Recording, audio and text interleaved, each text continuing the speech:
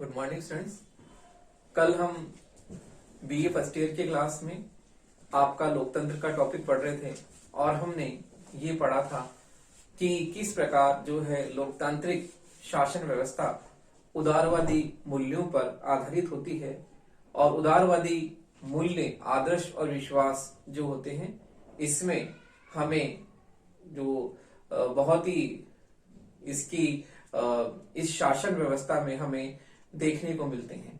तो ये शासन व्यवस्था जो होती है इसमें प्रभुसत्ता जनता में निवास करती है और जहां पर हम देखते हैं कि प्राचीन समय में जहां पर शासन व्यवस्था का स्रोत क्या था, वंशानुगत आधार पर था, वहीं उसके स्थान पर इस शासन व्यवस्था में हम ये देखते हैं कि शासन का जो है स्रोत क्या है, जनता है और जनता के हाथ में शासन की शक्ति होती है।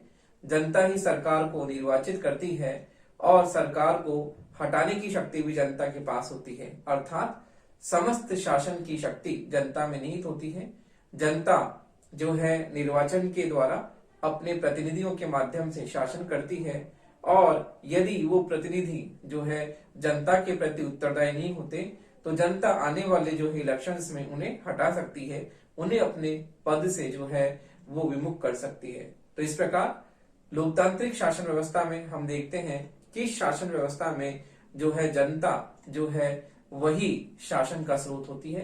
तो हमने लोकतंत्र के प्रकार पढ़े थे, उसमें हमने पढ़ा था कि प्रत्यक्ष लोकतंत्र और अप्रत्यक्ष लोकतंत्र, और अप्रत्यक्ष लोकतंत्र में हमने पढ़ा था कि किस प्रकार से प्रतिनिधियात्मक शासन व्यवस्था में हमने ये पढ़ा था कि उसमें दो प्रकार की शासन व्यवस्था हमने देखी थी, संसदीय और अध्यक्षात्मक शासन व्यवस्था। संसदीय शासन व्यवस्था भारत में, ब्रिटेन में हमें दिखाई देती है, उसी प्रकार से जो है अध्यक्षात्मक शासन व्यवस्था का स्वरूप हम अमेरिका में हमें अमेरिका की जो है शासन व्यवस्था में देखने को मिलता है। तो इस प्रकार हम अब देखते हैं कि लोकतांत्रिक जो शासन है या लोकतंत्र में हम किस प्रकार से जो है उसमें शासन सत्ता के बारे में जनता के लिए देखते हैं कि जनता जो होती है, जनता में शासन व्यवस्था निवास करती है। तो देखिए आधुनिक उदारवादी लोकतंत्र का जो विशिष्ट अर्थ है वो किस प्रकार से है। तो देखिए आधुनिक उदारवादी लोकतंत्र का विशिष्ट अर्थ जो है वो निम्नलिखित रूप में प्रकट किया जा सकता है। हमारा टॉपिक है आज लोकतंत्र, क्लास है आपकी बीए फर्स्ट ईयर।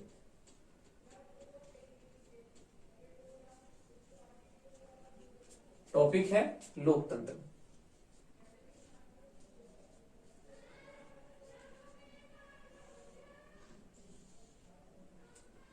तो देखिए उदारवादी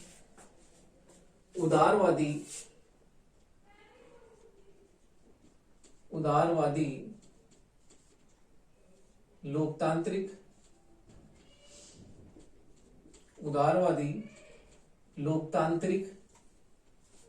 शासन व्यवस्था, उदारवादी लोकतांत्रिक शासन व्यवस्था से शासन व्यवस्था को हम शासन व्यवस्था का अभिप्राय हम निम्नलिखित रूप में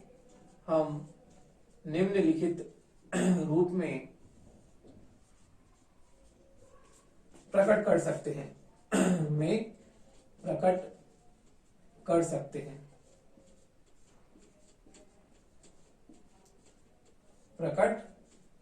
हैं देखिए किस प्रकार से उदारवादी लोकतांत्रिक शासन व्यवस्था का अर्थ जो है किसमें निहित है।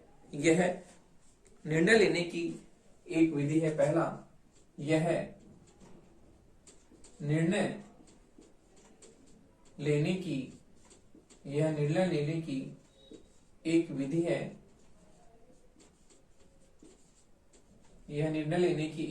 है। दूसरा है, यह निर्णय लेने के सिद्धांतों का एक समूह है। यह निर्णय लेने के निर्णय लेने के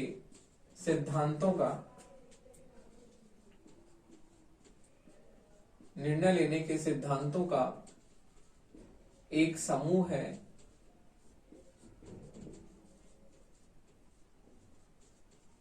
तथा यह आदर्शात्मक मूल्यों से संबंधित अवधारणा है। यह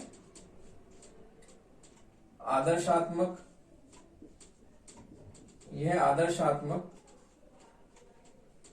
मूल्यों से संबंधित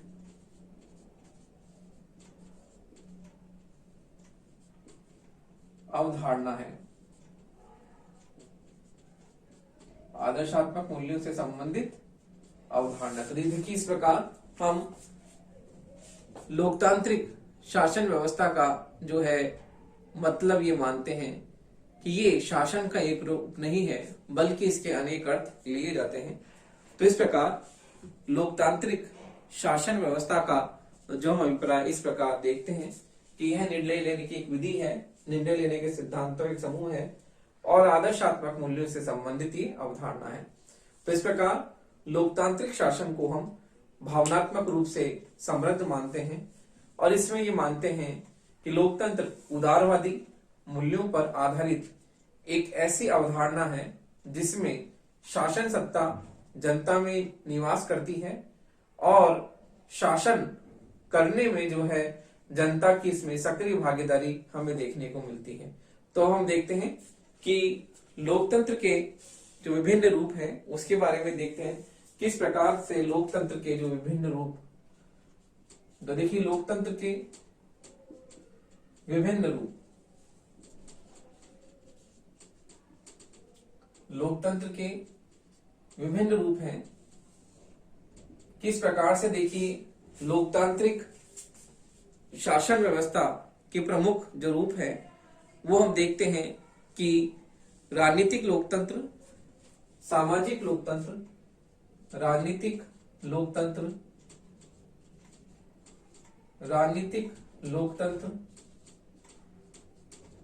सामाजिक लोकतंत्र, राजनीतिक लोकतंत्र, सामाजिक लोकतंत्र, आर्थिक लोकतंत्र,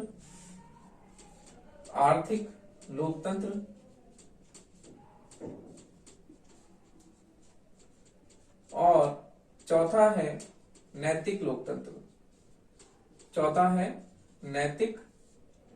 लोकतंत्र।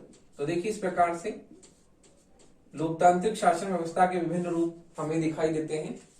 राजनीतिक लोकतंत्र, सामाजिक लोकतंत्र, आर्थिक लोकतंत्र और नैतिक लोकतंत्र। तो देखिए राजनीतिक लोकतंत्र का हमें जो आशय है वो हम देखते हैं कि राजनीतिक लोकतंत्र में हम शासन व्यवस्था के बारे में बात करते हैं कि शासन व्यवस्था जो है अंतिम सत्ता जनता में निवास करती है, संविधानवाद में विश्वास करता है, विधि के शासन में विश्वास करता है। तो हम केवल इसको समझेंगे केवल पॉइंट्स के रूप में, क्योंकि ये आपके लिए जो है समझने के लिए ही आवश्यक है, वैसे जानकारी के लिए, क्योंकि परीक्षाओं में इस प्रकार का जो है प्रश्न कई बार पूछ भी लिया जाता है।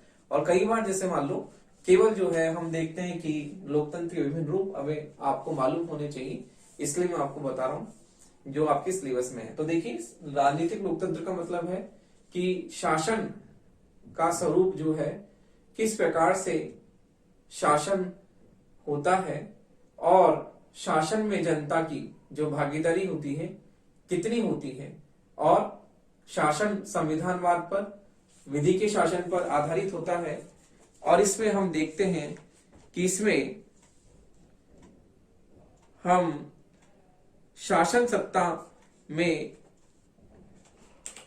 जनता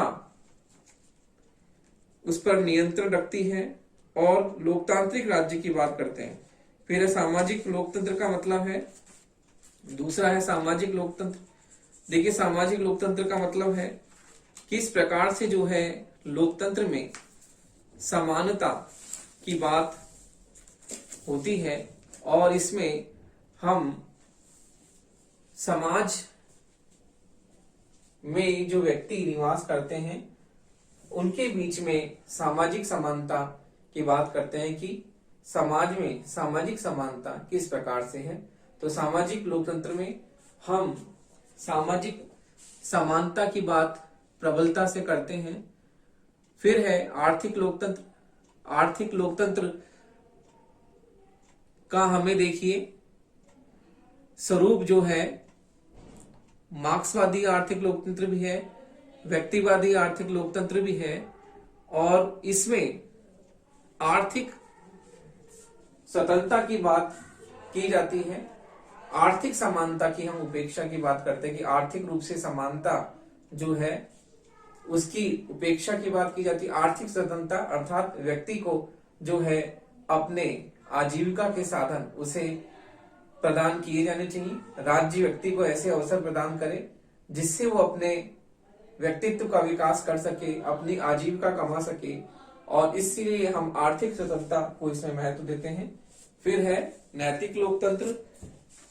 नैतिक लोकतंत्र में हम नैतिक मूल्यों और विश्वासों की बात करते हैं कि इसमें लोकतंत्र को एक जीवन दर्शन के रूप में स्वीकार किया जाता है और लोकतंत्र जो है मानव मूल्यों को ही समाज व शासन का मूल आधार इसमें हम देखते हैं किस प्रकार से है।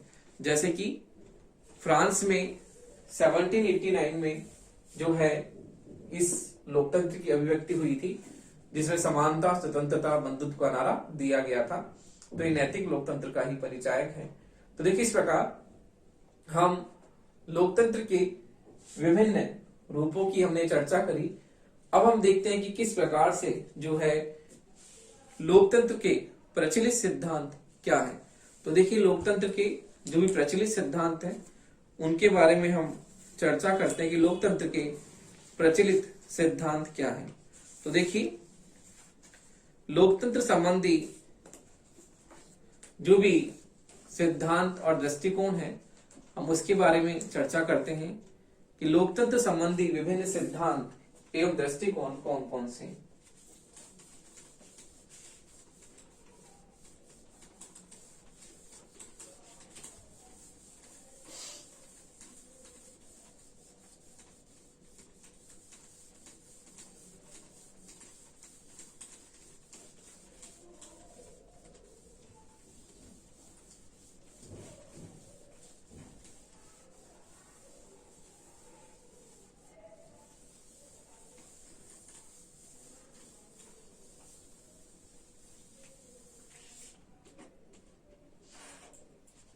तो देखिए लोकतंत्र संबंधी विभिन्न सिद्धांत एवं दृष्टिकोण।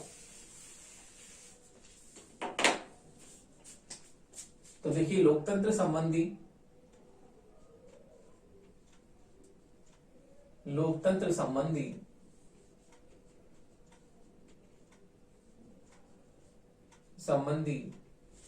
विभिन्न सिद्धांत एवं दृष्टिकोण।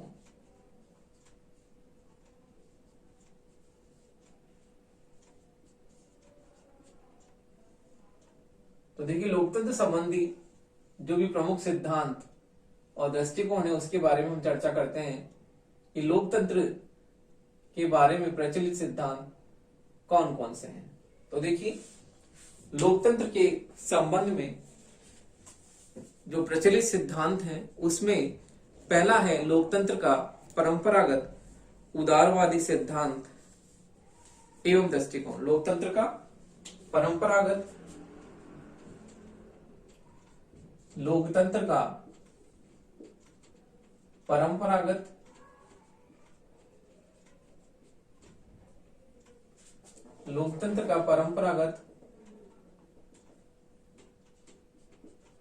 उदारवादी सिद्धांत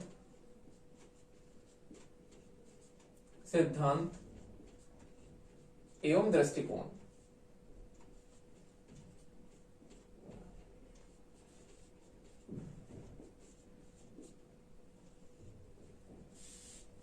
ये टॉपिक आपके 20 नंबर के प्रश्न के लिए नहीं, इसमें से 2 नंबर और 5 नंबर के प्रश्न पूछे जाते हैं, तो इसलिए मैं आपको जो है ये बहुत ही संक्षिप्त में बताऊंगा, क्योंकि इसमें से 20 नंबर का प्रश्न नहीं आता है, इसमें से 2 नंबर और 5 नंबर के प्रश्न ही आते हैं, लेकिन नॉलेज के लिए आपको पढ़ना जरूरी है। तो देखिए, लोकतंत्र का परंपरागत उदारवादी सिद्धांत एवं दृष्टिकोण, इसमें लोकतंत्र के परंपरागत स्वरूप की बात करते हैं हम, और लोकतंत्र के परंपरागत स्वरूप में हम देखते हैं कि इसमें स्वतंत्रता, समानता जैसे सिद्धांतों पर महत्वपूर्ण रूप से बल दिया जाता है, और इसमें जो है प्रमुख विचारक बेंथम मिल हैं। तो इस प्रकार हम देखते हैं कि लोकतंत्र के उदारवादी सिद्धांत में हम जो है व्यक्ति को विवेकशील प्राणी मानते हैं, और उसमें हम शासन, सरकार की शक्ति का आधार जनता को मानते हैं। तो देखिए, इसमें हम इस संदर्भ में हम देखते हैं कि Hobbes, Locke, Rousseau, Benson, Hobbes, Locke, Rousseau,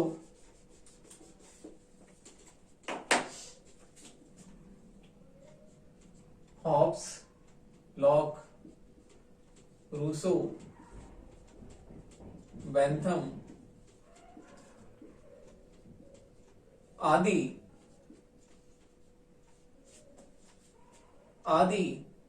इस दृष्टिकोण के समर्थक विचारक हैं,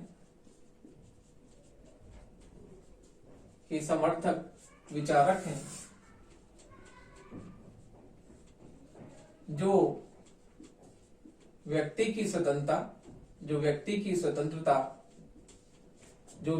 स्वतंत्रता, समानता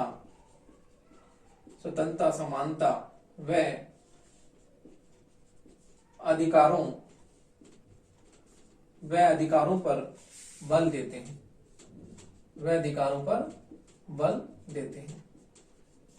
स्वतंत्रता, समानता व अधिकारों पर बल देते हैं।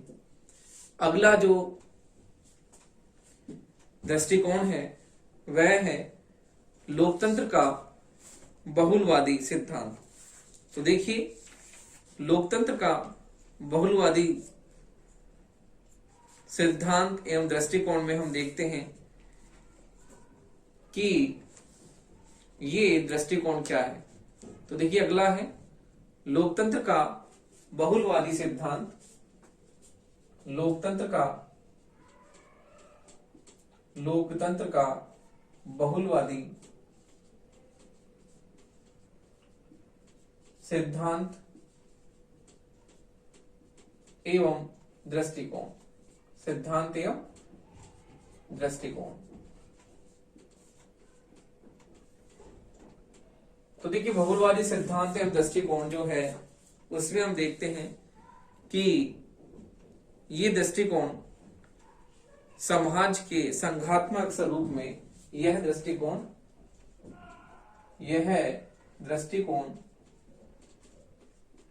समाज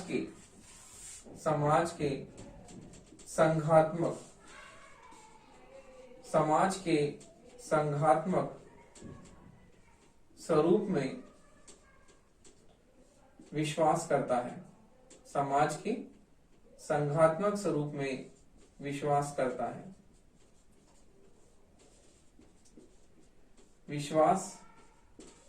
है और इस सिद्धांत में लास्की, बार्कर, तो देखिए लास्की, बार्कर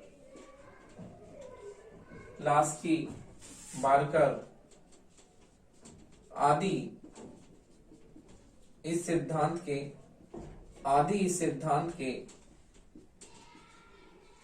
समर्थक विचारक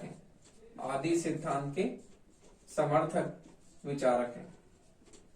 तो देखिए, लोकतंत्र का उदारवादी दृष्टिकोण जहां पर व्यक्ति की स्वतंत्रता, समानता, अधिकारों की बात करता है, वहीं पर लोकतंत्र का बहुलवादी सिद्धांत जो है ये मानता है कि समाज के संघात्मक स्वरूप में विश्वास करता है और समुदाय की बात करता है। जिस प्रकार से लास्की जो है वो भी ये मानता है कि राज्य जो है वो अन्य समुदायों के समान एक संस्था है और जो है समाज के संघात्मक स्वरूप की बात करता है। तो ये जो है समुदायवादी दृष्टिकोण है, बहुलवादी दृष्टिकोण है, जिसमें समाज के संघात्मक स्वरूप की बात की जाती है। इसके प्रमुख विचारक हैं लास्की, बार्कर। तो देखिए ये दृष्टिकोण जो है विभिन्न समुदाय एवं समूह के हित को ज्यादा महत्वपूर्ण मानता है। तो इससे में देखिए समुदाय एवं समूह के हितों को जो है बहुत ही महत्वपूर्ण माना जाता है और इसमें समुदाय के हितों पर अधिक बल दिया जाता है। अगला दृष्टिकोण है बहुलवादी दृष्टिकोण के बाद में अगला दृष्टिकोण है लोकतंत्र का विशिष्ट वर्गीय सिद्धांत। अगला है लोकतंत्र का विशिष्ट वर्गीय सिद्धांत।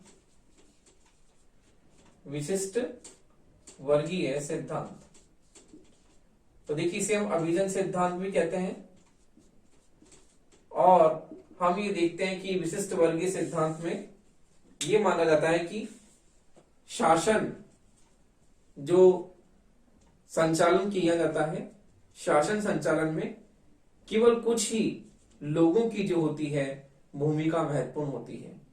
कहते हैं कि हम जनता शासन करती है, लेकिन फिर भी हम ये देखते हैं कि लोकतांत्रिक शासन व्यवस्था में ये विशिष्ट वर्गीय सिद्धांत ये मानता है कि शासन में अभिजन वर्ग की महत्वपूर्ण भूमिका होती है और शासन में जो भी महत्वपूर्ण निर्णय लिए जाते हैं या जो भी नीति निर्माण किया जाता है वो सब इस छोटे से वर्ग के द्वारा ही किया जाता है।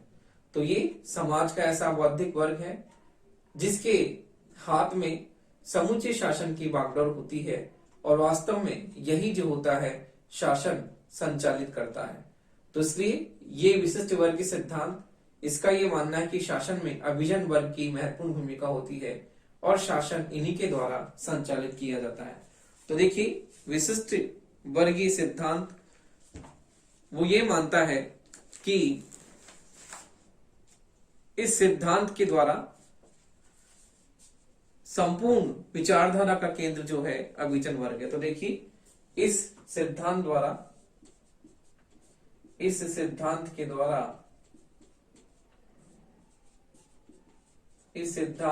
द्वारा समूचे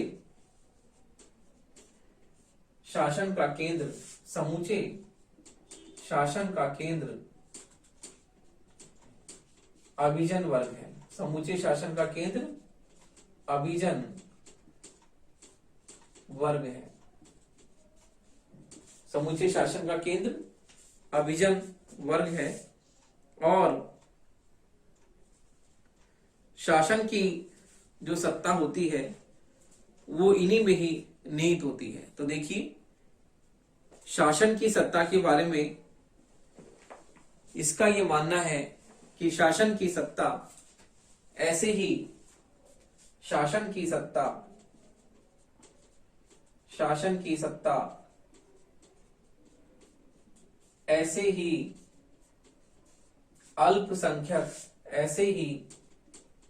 अल्पसंख्यक वर्ग में निहित होती है। ऐसे ही अल्पसंख्यक वर्ग में निहित होती है। और देखिए पैरेटो मॉस्का मिचेल्स जो है इस विचारधारा के समर्थक विचारक हैं, इस विचारधारा के समर्थक विचारक हैं। तो देखिए, लोकतंत्र का परंपरागत उदारवादी सिद्धांत, जो लोकतंत्र के पुराने मूल्य आदर्शों की बात की जाती है, व्यक्ति की स्वतंत्रता, समानता और अधिकारों की बात इसमें की जाती है। बहुलवादी दृष्टिकोण जो है समाज के संघात्मक स्वरूप में विश्वास करता है और ये कहता है कि समुदाय के हित जो होते हैं वो महत्वपूर्ण होते हैं और समुदाय के हित में व्यक्ति का हित माना जाता है। लोकतंत्र का विशिष्ट वर्ग सिद्धांत, इस सिद्धांत के द्वारा समूचे शासन का केंद्र अभिजन वर्ग को माना जाता है और ये कहा जाता है कि शासन की सत्ता ऐसे ही अल्पसंख्यक वर्ग में निहित होती है और इस सिद्धांत के समर्थक विचारक हैं पैरेटो, मॉस्का, मिचेल्स। तो देखिए, लोकतंत्र के जो अगला सिद्धांत हम देखते हैं कि लोकतंत्र संबंधी विचारधारा का जो अगला दृष्टिकोण है उसके बारे में हम चर्चा करते हैं।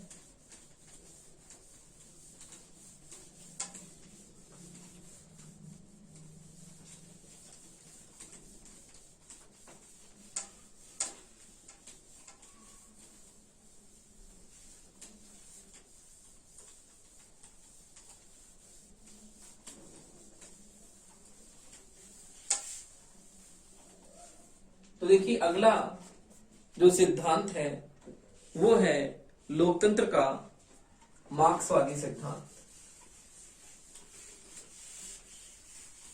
तो देखिए, अगला सिद्धांत है लोकतंत्र का मार्क्सवादी सिद्धांत।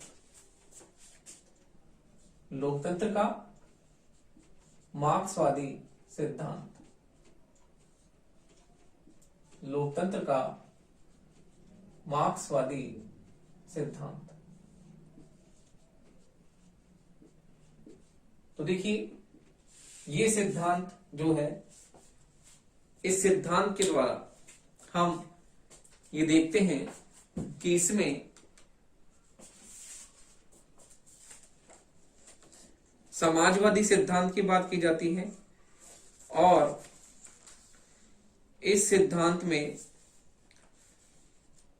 मार्क्सवादी विचारधारा को हम लेते हैं।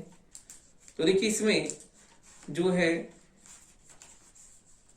मार्क्सवादी लोकतंत्र में हम मानते हैं कि किस प्रकार से इस विचारधारा में मार्क्सवाद की हमें बिल्कुल झलक दिखाई देती है और मार्क्सवादी विचारधारा से ये सिद्धांत प्रभावित है।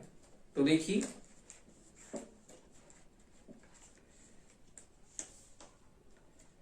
ये मार्क्सवादी विचारधारा पर आधारित विचारधारा है। तो देखिए, इस सिद्धांत में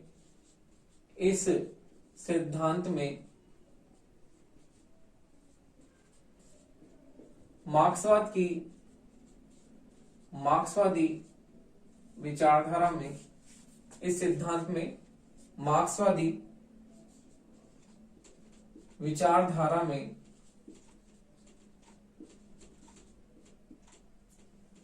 मार्क्सवादी विचारधारा में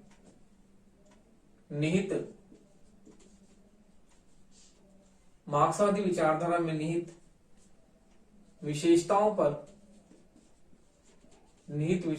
पर बल दिया जाता है। जैसे कि मार्क्सवाद में हम देखते हैं कि उत्पादन व वितरण के सभी साधनों का उत्पादन व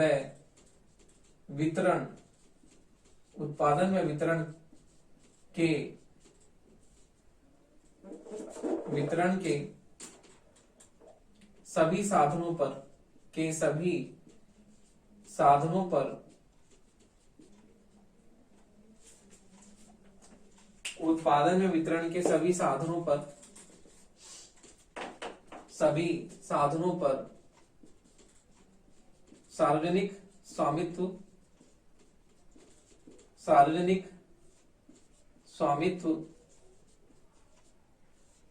उत्पादन के साधनों पर सार्वजनिक स्वामित्व की बात की जाती है, सार्वजनिक स्वामित्व पर बल, हिंसा व क्रांतिकारी साधनों द्वारा या क्रांतिकारी